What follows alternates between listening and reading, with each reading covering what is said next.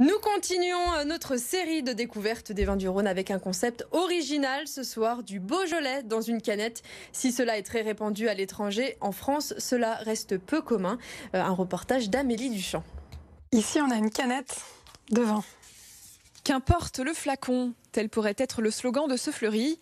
Du vin en canette, sacrilège pour certains, consommation du futur pour d'autres.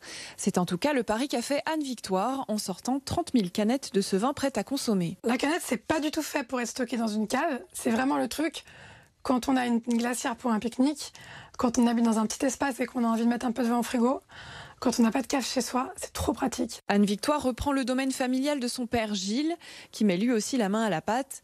Pourtant, il n'aurait jamais imaginé il y a quelques années vendre son vin en canette, lui qui produisait traditionnellement du vin de garde. Je suis convaincu pour certains usages. Je trouve que sur une belle table, ça ne remplace pas une bouteille.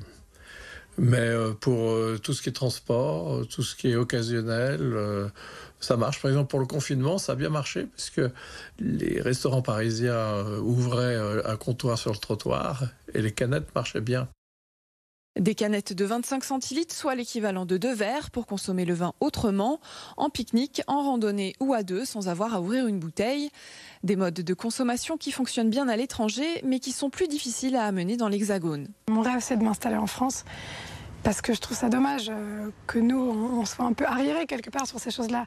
C'est pas que je crois pas aux traditions, mais je pense qu'on parle souvent de tradition et d'innovation. Ben là, on est totalement dans la tradition qui se renouvelle, quoi. À terme, Anne Victoire espère produire 100 000 canettes qui seront écoulées à 5 € l'unité. Pour le moment, elle en a vendu 4 000.